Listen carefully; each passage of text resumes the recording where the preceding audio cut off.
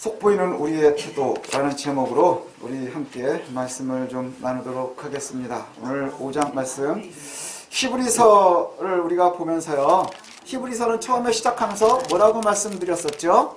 히브리 사람들에게 쓴 말씀입니다. 히브리 사람들이 앞으로 올 고난에 대해서 미리 좀 이야기를 하고 너희들이 잘 지켜내야 된다 하면서 다시 아주 기본적인 것을 이야기하면서 예수 그리스도가 누구냐? 이것부터 시작을 하죠. 그래서 예수는 율법을 완성한 분이고 모세보다도 큰 자이고 뭐 이렇게 얘기를 하고, 그러면서 우리가 지난주에 대제사장 되신다, 예수님은 대제사장 되신다, 이렇게 말씀을 했어요.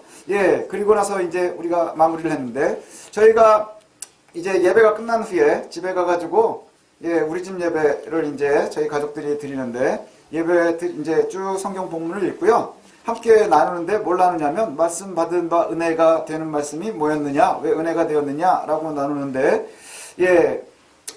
그 예수님이 우리처럼 연약하다는 것에 은혜를 받았다고 이제 그렇게 얘기를 해요. 예수 그리스도께서 우리처럼 연약하다, 사람이어서 연약함을 알고 계신다, 그래서 우리에게 동정한다, 우리를 동정하신다. 누구라고는 하지 않겠습니다. 대신 보기는 5입니다. 우리 식구가 5명이니까.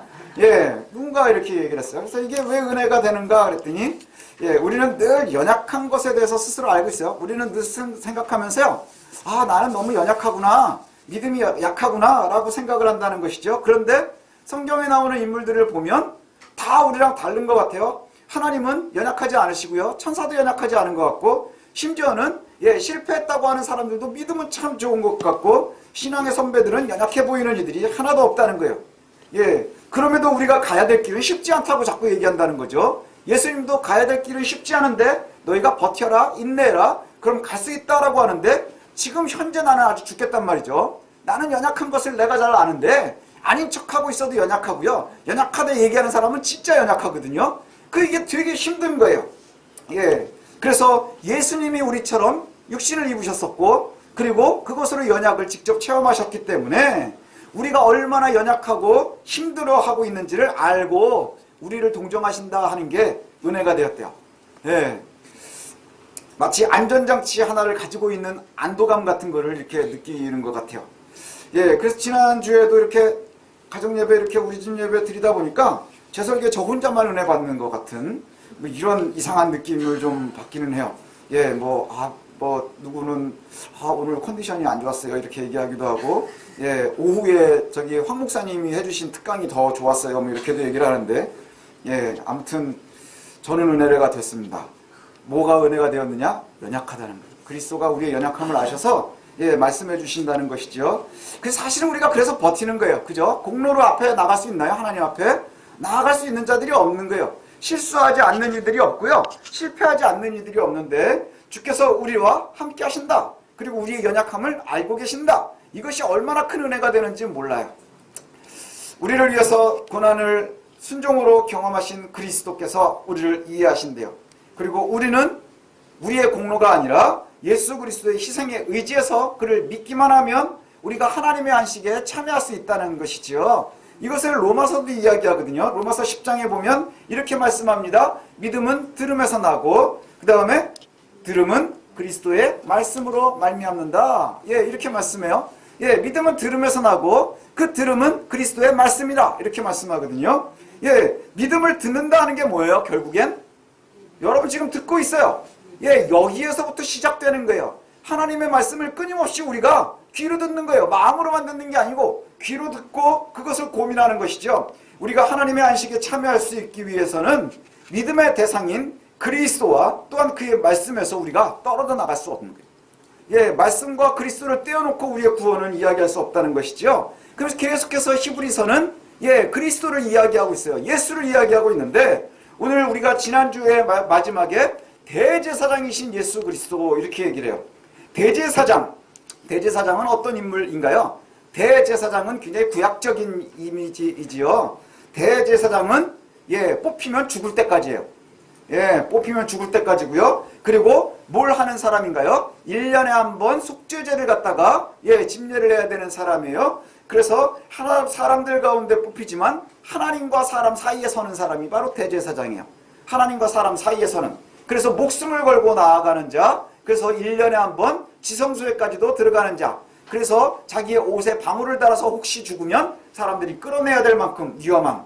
그런데 이 대제사장도 역시 한 명이 뽑히면 죽을 때까지지만, 그런데 그도 역시 뭐예요? 사람이라는 거예요. 대제사장은 사람이고, 그리고 또 그 대제사장은 그래서 자신을 위해서도 희생제물을 삼아야 돼요.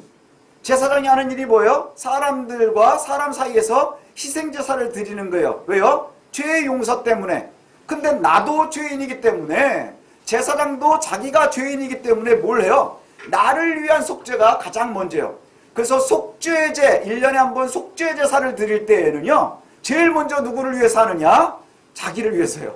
제사장의 죄를 소하고, 그리고 나라를 위해서, 그리고 개인들을 위해서 쭉 순서들이 정해지게 되는데, 이 대제사장 역시 자신을 위해서 제사를 드린다는 거예요.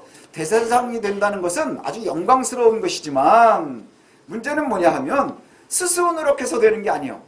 자기도 자기의 제사를 드려야 된다는 이유는 뭐냐 하면 내가 죄 없지 않다는 거예요.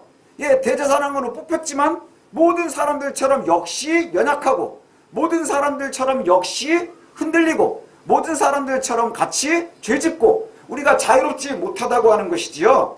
대제사장이 된다는 것은 아주 중요한 일이고 아주 중요한 자리이지만, 하나님께서 직접 선택하는 것이지만, 그러나 거기는 누가 선택하는 거예요? 하나님이 선택하는 거예요. 하나님이 이렇게 뽑아요. 처음 대제사장이 누구죠? 아론입니다. 처음 하나님이 뽑으신 대제사장은 아론이에요. 전 지금도 그래요. 성경을 읽으면서 하나님 미스테이크한 것 같아요. 예, 잘못 선택하신 것 같다는 생각 안 하세요?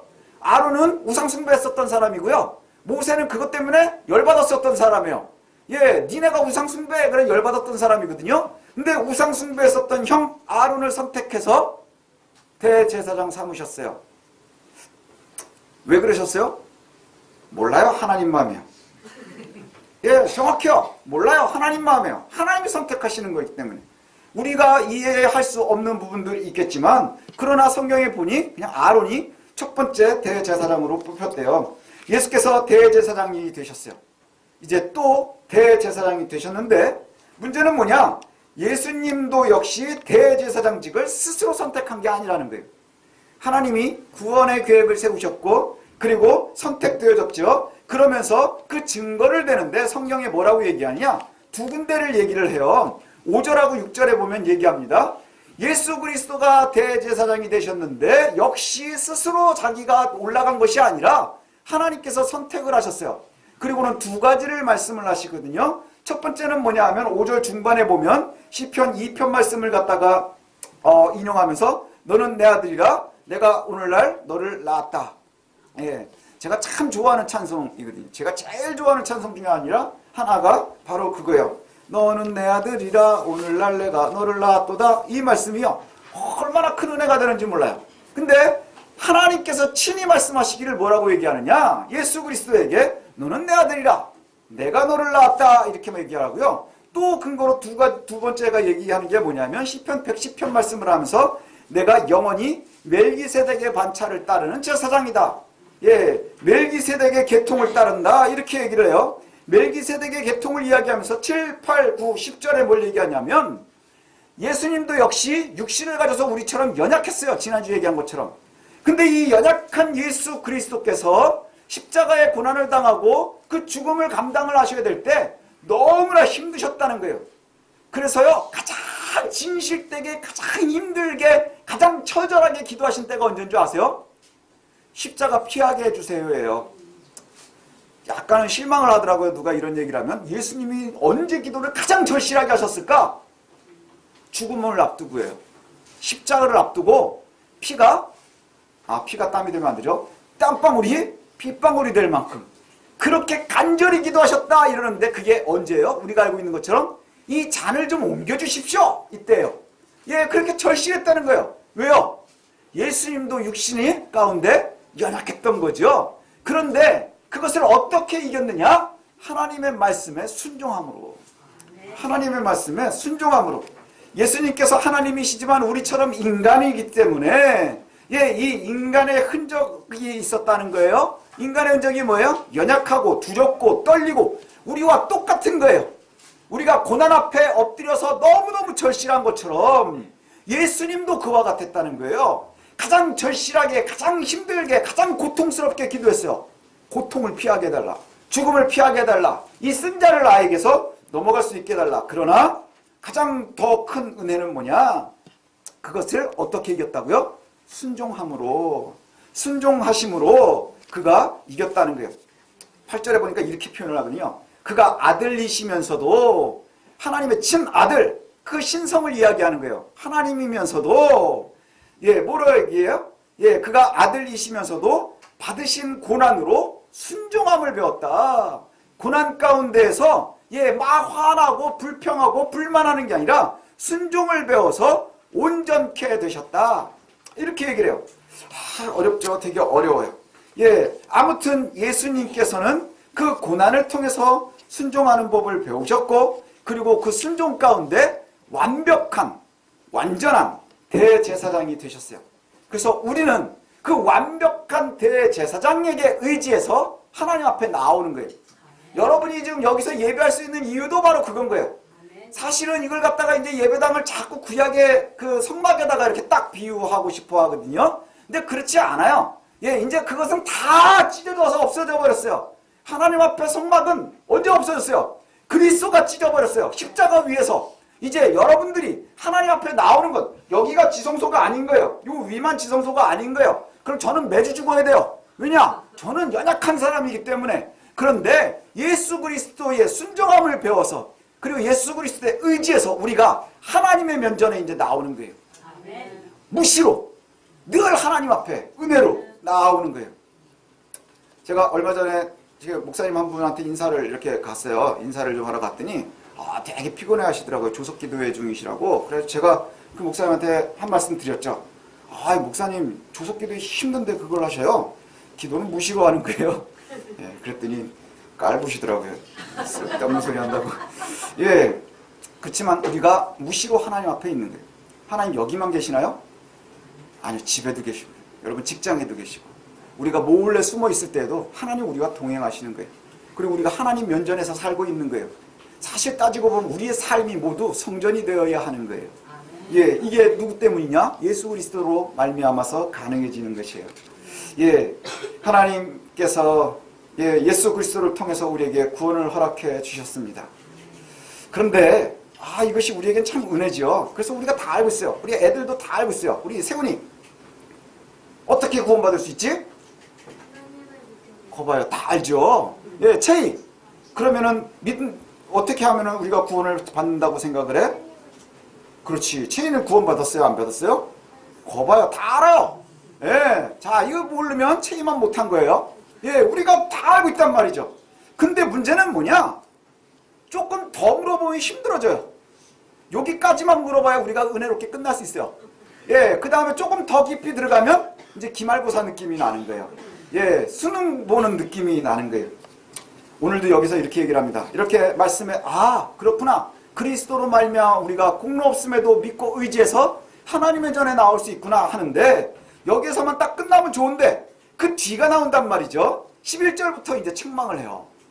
여기가 사실은 더 우리가 좀 고민해 봐야 돼요. 멜기세덱에 관해서는 우리가 더 할 말이 많은데, 더 얘기를 길게 해야 되는데 내가 설명할 수가 없구나. 이렇게 설명할 수가 없구나. 왜 설명할 수 없냐? 설명해도 못 알아듣는다는 얘기예요. 설명해도 잘 못 알아듣는다는 얘기죠. 예수님께서는 멜기세덱 계통의 대제사장이십니다. 그리고 우리가 성경을 배우면서 읽다가 보면 어려운 부분들이 늘 나오지요. 그러면서 주석, 이제 목사들도 설교 준비하고 이러면 이제 주석들을 이렇게 보기도 하는데, 거기에 보면 굉장히 어려운 부분들이 있어요. 해석이 지금 이렇게 하면서 이걸까 뭐 저기 신학자들 사이에서도 굉장히 이렇게 의견이 분분하고 뭐 이런 경우들이 나오거든요. 근데 문제는 뭐냐 하면, 그런 게 나올 때마다 우리는요 아주 좋아해요. 그렇지, 우리는 연약해서 다 이해할 수 없어요. 그리고는 체념해버린다는 것이죠. 그리고는 그냥 뭐를 좋아하느냐 하면 개털모자를 그렇게 좋아해요. 여러분, 개털모자가 뭔지 아세요? 저는 아직 본 적은 없는데 개털로 만든 모자인가 봐요. 그냥 개 냄새가 날 것 같은데, 천국에 가는데 면류관 쌓을 자신은 없고 개털모자라도 쓰고 좀 갔으면 좋겠다 뭐 이래서 예, 여러분들이 이제 맨날 하는 얘기가 뭐냐면 내가 하늘나라에 가면 개털무자라도 썼으면 좋겠어요. 그거 되게 비성경적인 얘기예요. 그 옛날에 최자실 목사님이 예, 그 부흥회하고 이러면서 이제 개털무자 얘기를 해가지고 했는데 성경 어디에도 개털무자 나오지 않아요. 하나님 나라에는 면류관밖에 없는 거예요. 면류관이냐 아니냐요. 개털무자 거기서도 등급이 쌓이면 그건 하나님 나라가 아니죠. 그죠? 중산층이 있고 상류층이 있다고 생각하면 개털무자는 하층이거든요. 예, 그거는 옳지 못해요. 근데 우리는 자꾸 뭐만 생각해요? 그렇게 면류관이 아니고 개털무자를 소망하는 사람들이 많아요. 개털무자라도 쓰고 가는 게 좋다. 그쵸? 맞지요. 하나님께 구원받는 것이 참 중요한 거예요. 우리에게 구원받는 것이 가장 중요한데 문제는 왜 자꾸 개털무자 쓰려고 하느냐 하는 거예요. 개털무자는 사랑할 게 아닌 거예요. 면류관을 사랑하십시오. 예수 그리스도의 의지에서 우리가 받아야 되는 거는요, 면류관인 거예요. 근데 왜 개털무자를 사랑하느냐? 그냥 줄을 서고 싶은 거예요. 경계가 있으니까 내가 합격까지만 가고 싶어 하는 거예요. 합격까지만 가는 거예요. 제가 학교에서 강의를 하는 게 기독교 과목이거든요. 근데 일반 학교에서 기독교 과목 가르치는 게 쉽지가 않아요. 예, 교회를 안 다니는 애들도 있고 기독교 싫어하는 애들도 있어요. 근데 제 과목을 안 하면 졸업을 못 하거든요. 그러니까 무조건 와서 수업을 들어야 되는 거예요. 그래 제가 얼마나 싫은 애들이 많겠어요. 그래서 굉장히 힘들어하는 친구들이 있어요. 근데 초등학교 졸업한 정도의 이해력이면 사실 이해하고 다 할 수 있을 만큼 제가 쉽게 하거든요. 왜냐하면 제가 어렵게 가르칠 실력도 없고. 그런데 문제는 학기가 끝날 때쯤 되면 이제 와서 살려달라는 애들이 가끔 있어요. 예, 이래가지고 뭘 확인을 하겠다. 출석부 보면서 이게 되나요? 안 되나요? 막 이러면서 야, 그럼 너는 이게 도대체 얘기하면서 제가 제일 기분 나빠하는 것 중에 하나가 뭐냐면 이런 얘기를 해요. 저는 이 과목은 F만 안 맞으면 돼요. 이렇게 얘기를 해요. F만 안 맞으면 돼요. 근데 그 친구들은 대체로 F를 받아요. F만 안 받으면 돼요 한다는 건 뭐냐면요. 내가 최소한의 노력만 해서 예, 어지간하면 안 해서 요것만 지나가고 싶어 하는 거예요. 요것만 지나가고 그냥 어떻게든지 버텨서 넘어가고 싶어 하는 거거든요. 근데 이것이 대체로 보면 그런 친구들의 특징이 뭐냐? 살면 D, 죽으면 F. 예. 마음이 아프죠. 제가 그래요. 제일 싫어하는 얘기가 그거다. 예, 제일 싫어하는 얘기가 그거다. 제 인생의 가장 큰 위기 중에 하나는요, 초등학교 때 구구단을 외울 때였습니다. 구구단을 외우려는데 그게 그렇게 어려운 거예요. 제가 머리가 나쁘니까 구구단을 외우는데, 예, 2단은 좀 쉬워요. 그 다음에 그런데 여러분, 저는 지금도 옛날에 뭐 이렇게 TV 프로에 보면 갑자기 87! 이러면 막 못 맞히고 그러잖아요. 그럼 사람들이 막 웃잖아요. 틀리면. 전 혼자 못 웃어요. 예, 여기도 못 웃는 사람들 있을지도 몰라요. 예, 여기도 있을 거예요. 지금 억지로 웃는 사람들 눈에 보여요. 예. 자, 7, 8. 너는 아직 안 해도 되지. 그러면 경훈이. 너는 경훈이가 아니고 세율이구나. 이제 머리가 나빠지니까. 세율이 59. 고 봐요. 맞았죠? 예. 근데 틀리면 이제 서로 힘들어지는 거예요. 예, 서로 힘들어지는 거예요. 막 애들 틀려서 바꾸는데 저는 못 웃어요. 왜냐하면 답을 모르니까. 제가 그게 되게 어려웠다 그랬잖아요. 저희 딸하고의 관계가 처음으로 어려웠었던 때도 그거예요. 저한테 수학 문제를 가지고 오면 아빠가 몰라, 엄마한테 가. 그러니까 아빠들이 귀찮아서도 그러지만 전 정말 몰라서 엄마한테 보냈거든요. 딸이 아빠가 날 미워하나 봐. 가지고 엄마한테 상담을 한 적이 있대요. 그래서 제가 가가지고 고해성사를 했어요. 아빠가 정말 몰라. 예. 제가 처제가 통계학을 전공해요. 통계학 전공해. 이게 참 가다 더 그렇지 않나요? 통계학을 전공하는데 예전에 이제 박사과정을 할 때 저희 집에 와서 이렇게 같이 이렇게 지낼 때가 있었어요. 그럼 제가 물어봅니다. 처제는 정확하게 전공이 뭐야? 그냥 통계학 중에도 이제 전공이 있을 거잖아요. 전공이 뭐야? 그럼 차분히 설명을 해줘요.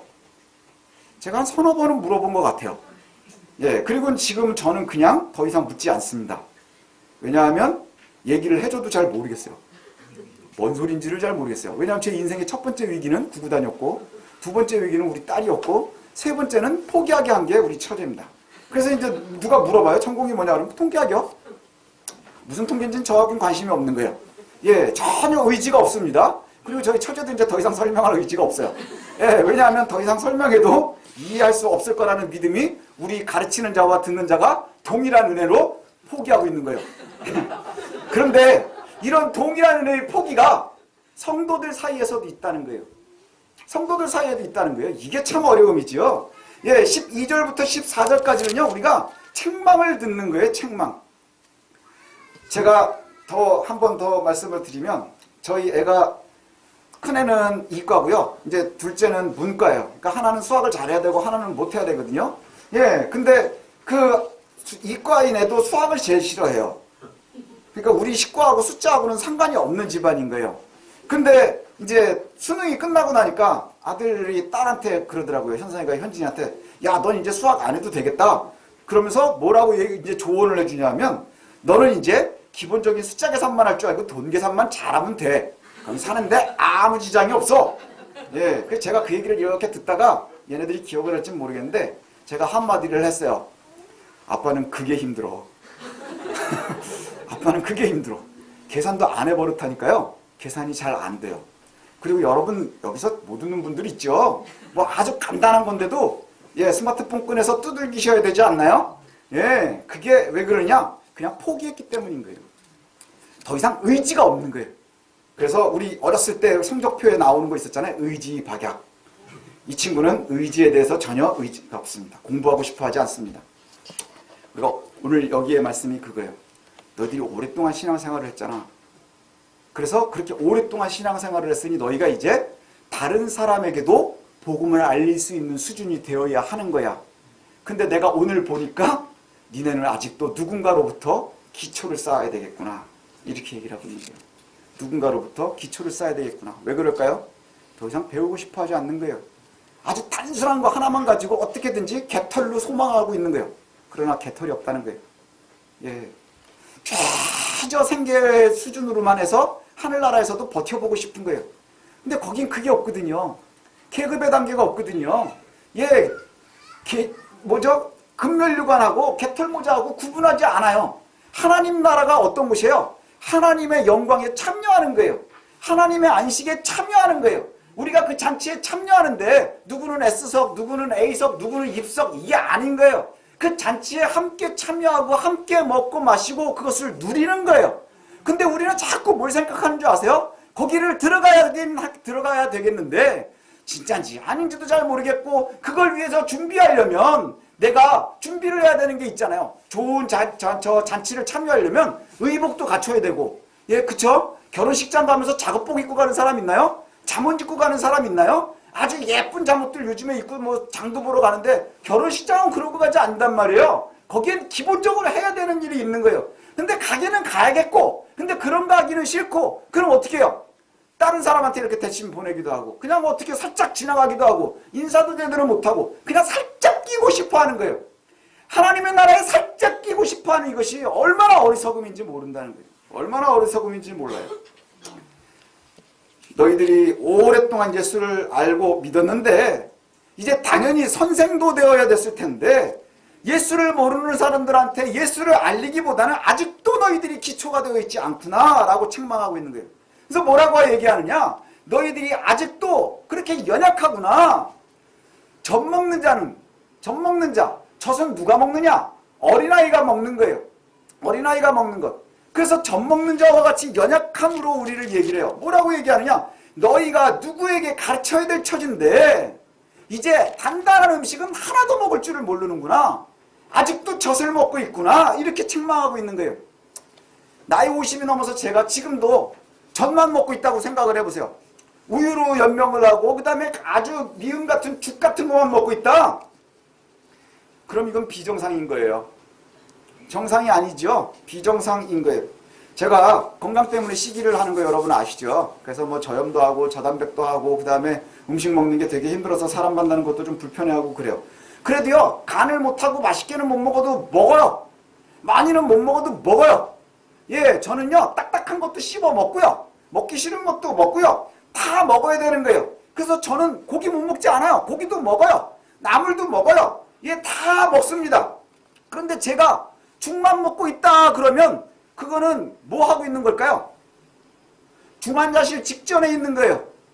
제 나이에 죽만 먹고 있으면 굉장히 아프든지 아니면 아플 예정이든지 아니면은 진짜 아픈 거예요. 슬프지 않나요? 근데 우리는 다 그렇게 생각하면 슬픈데 믿음 생활을 하면서 말씀 앞에서는 끊임없이 우리는 뭐만 원하는 거예요? 미움만 원해요. 씹고 싶어 하지 않아요. 그냥 간단한 것만 먹고 요거 하나만 딱, 그래서 딱 살짝 커트라인만 넘어서 개털모자, 와 개털모자. 그놈의 개털모자 때문에 한국교회가 이 모양 이 꼴이 되는 거예요. 기독교인들도 만나면 우리 기도할 때도 그러잖아요. 남북관계 걱정하고. 여러분 요즘에 걱정하는 건 뭐예요? 남북관계 걱정하고, 나라의 거시경제를 걱정하고, 고용 상황을 걱정하고, 세계 평화를 걱정하고, 다 그래요. 이런 일들에 대해서는 생각도 하고 막 이래요. 그래서 이런 얘기 조금 하다가 이게 막 무지한 부분이 나오면 아, 상식이 떨어지는구나 막 이러면서 자연스럽게 얘기하고 그러죠. 근데 이런 것에 대한 무지는 부끄러워하면서 오랫동안 신앙을 하고 믿음 생활을 했는데 복음에 대해서 자연스럽게 진리에 대해서 말하지 못하는 건 부끄러워하지 않는다는 거예요. 이게 바로 젖을 먹는 사람들의 모습이에요. 젖 먹는 사람들의 특징이 뭐냐? 의의 말씀을 경험하지 못한 거예요. 단단한 음식을 먹는 사람들의 특징은 뭐냐? 지각을 사용해서 옳고 그름을 구분할 줄 알기 시작한다는 거예요. 옳고 그름을 구분할 줄 안다는 거예요. 옳고 그름을 구분하는 것이 얼마나 중요한지 몰라요. 여러분 정직하기 위해서는 정직한 게 뭔지를 알아야 되는 거예요. 그걸 구분할 줄 알아야 돼요. 근데 구분하고 싶어 하지 않아요. 젖만 먹는 거예요. 거기는 불편한 거예요. 안 하고 싶어 하는 거예요. 내가 여러 가지로 하나님 앞에 나아가려면 하나님 원하시는 만큼의 수준이 되어야 되지 않겠어요? 믿음으로만 구원받는다는 것이 모든 것에 대한 그냥 프리패스가 아닌 거예요. 믿음은 들으면서 나는 거예요. 듣지 않는 믿음은 가짜일 수도 있는 거예요. 왜 사람들이 중간에 탈락할까요? 왜 이단으로 갈까요? 성경 공부는 이단만 하니까. 그게 답인 거예요. 제가 지난주에 말씀드렸죠. 황 목사님 와가지고 요한계시록 특강한다 그랬더니 너 신천지냐? 신천지만 요한계시록 하는 거예요. 그럼 여기서 요한계시록은 딱 띄워가지고 신천지 줘야 되는 거예요. 자, 여러분 여기다 딱 미십시오. 그리고 찢어버리세요. 여기 딱 여기서부터 398페이지부터는 쫙 찢어서 신천지 줘버리는 거예요. 그렇지 않나요? 요한계시록은 신천지만 하는 거니까. 그러다가 보면 성경 공부는 이제 다른 데서만 시키니까 우리는 하나님 말씀 배우려 하지 않으니까 다 줘버리십시오. 그리고 우리는 뭐만 가지고 있으면 되는 거예요. 다 다른 데 줘버리고 그리고 이제 우리는 뭐만 하면 돼요? 믿음만 있으면 돼요.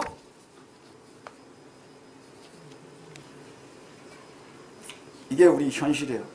한국교회의 현실이에요. 그래서 알려고 하지 않으니까 하나님의 말씀에 대해서 예민하려고 하지 않으니까 그래서 의지가 없으니까 아무리 쉽게 설명하려고 해도 들으려 하지 않으니까 그리고 아무리 쉬운 것도 알려고 하지 않으니까 그저 F만 면에서 D를 받고 싶어하는 그리스도인들 그 모습이 혹 우리의 모습이 아닌지 모르겠습니다. 불편해서 피하면 안 되는 거예요. 불편한 건 사실 빠르게 하는 게 제일 쉬워요. 제가 구구단을 처음 만났을 때 얼마나 불편했는지 몰라요. 근데 제가 잔머리 지수는 세계 최강이거든요.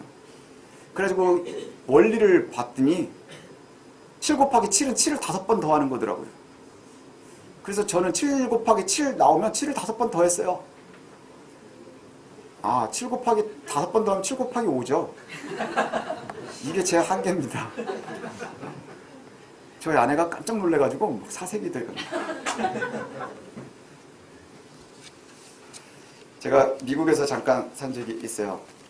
미국에 처음에 갔는데 우리 아들이 이제 초등학교 1학년을 여기서 2달을 다니다가 갔어요. 갔는데 이제 영어를 배워갔거든요. 여기서 미리 영어를 좀 많이 공부를 했어요. 알파벳을 F까지인가 배워가지고 갔어요. A부터 F까지 다 띄지도 못하고. 그리고 이제 처음에 그 도움을 받아서 그 입학하려고 이제 미국에 학교를 갔더니 하얀 애도 있고 까만 애도 있고 선생님도 영어만 하고 애들도 영어만 하고 저는 꿀먹은 벙어리고 우리 아내도 꿀먹은 벙어리고 저희 장모님이 따라오셨어요. 저희 장모님은 꿀먹은 벙어리인지 아닌지도 모르겠어요. 한마디도 안 하셔서 뭐 그러고 있고 그리고 우리 애는 완전히 얼어 있어요. 겁나잖아요. 그 조그만 애가 가가지고 완전히 세상은 바뀌고 너무너무 겁나고 근데 거기다가 이 아이를 혼자만 놓고 우린 돌아와야 되잖아요. 저희 장모님이 명언을 남기셨어요. 얘 학교 안 보내면 안 되냐.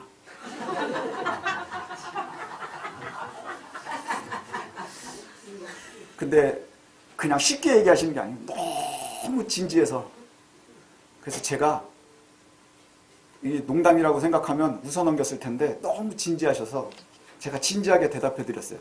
뭐라 그랬을까요? 가야 돼요. 지금은 웃죠. 가야 돼요. 어려서 피하면 아무것도 가질 수가 없는 거예요. 여러분은 잊었겠지만 여러분이 초등학교 들어갈 때도 엄청 긴장했겠죠. 그리고 불편했을 거예요. 그 다음에 초등학교 졸업하고 중학교 갈 때 또 엄청 불편하고 징글징글했을 거예요. 고등학교도 그랬죠. 예, 다음에 사회생활 나오면서도 마찬가지고, 예, 여러분들 또 새롭게 사람들을 만날 때마다 얼마나 불편해요. 그렇지만 만나야 되니까, 해야 되니까, 감당해야 되니까, 이 세상의 삶을 우리가 유지할 수 있으니까 믿음 생활도 마찬가지인 거예요. 믿음은 들음에서 난다 그랬어요. 말씀을 사모하는 곳에, 말씀을 배우는 곳에 우리가 서 있어야 하는 거예요. 서 있어야 하는 거예요. 단계를 뛰어넘는 것이 반드시, 단계를 뛰어넘는 것은 우리가 불편함이나 두려움을 이기는 것입니다. 반드시 겪어야 되는 거예요. 피할 수 없는 거예요. 이제 또 한 단계를 뛰어넘는 애가 있거든요. 우리 하민이가 초등학교를 들어가야 되는데 너무 힘들어하면 보내지 마십시오. 네. 우리 장모님한테 여쭤보세요. 보낼까요 말까요? 그럼 보내지 말라 그러실 거예요. 네. 그리고 나서 이제 또 우리 아들한테 한번 물어보세요. 뭐 얼마만큼 배우면 되나요? 그러면 구구단 필요 없어요. 네, 그냥 돈 계산 정도 할 줄 알면 되고. 네. 여러분, 주님께서는 우리의 연약함을 아셔서 우리를 잘 이해해 주시는 대제사장입니다. 그러나 그 대제사장이 가신 길을 우리가 따라가야 하는 거예요. 거저가는 게 아니라 우리의 연약함을 주님이 경험하시고 아셨다는 것이죠. 그래서 우리를 위로해 주신다는 거예요. 너희들은 아무것도 안 해도 된다가 아니고요. 예, 믿음은 어디서 나요? 들음에서 나고요. 그 들음은 뭐예요? 그리스도의 말씀인 거예요. 우리가 말씀을 사모해야 되고요. 그 말씀을 알아야 선과 악을 구분할 거 아니에요.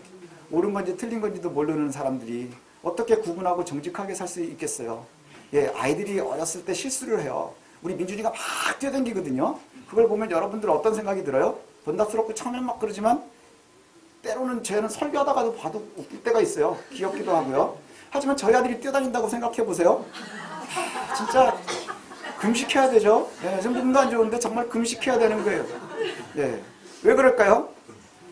얘도 젖을 먹어야 되는 거예요. 예, 그렇게 되는 거 아닌가요? 제가 목사니까 여기서 이렇게 딱 서 있잖아요. 근데 저도 하나님의 말씀을 전혀 모른다고 생각을 해보세요. 남의 설교 그냥 읽어듣고만 있다고 생각을 해보세요. 옳지 못한 것이요. 옳지 못한 거예요. 예, 믿음으로 구원받는다는 것이요, 여러분에게 프리패스를 주어주는 건 아니에요. 믿음은 들음에서 납니다. 하나님의 말씀 앞에 우리가 설 수 있었으면 좋겠습니다. 어렵고 힘들지만 이겨야 되는 거예요. 예수 그리스도께서도 그 고난을 순종으로 이기셨다. 그래서 완벽한 대제사장이 되셨다. 이렇게 말씀을 해요. 저와 여러분들이 이 길을 따라갔으면 좋겠습니다. 14절 맨 마지막에 이런 말씀 나옵니다. 단단한 음식은 장성한 자의 것이니, 여러분 다 장성하셨어요.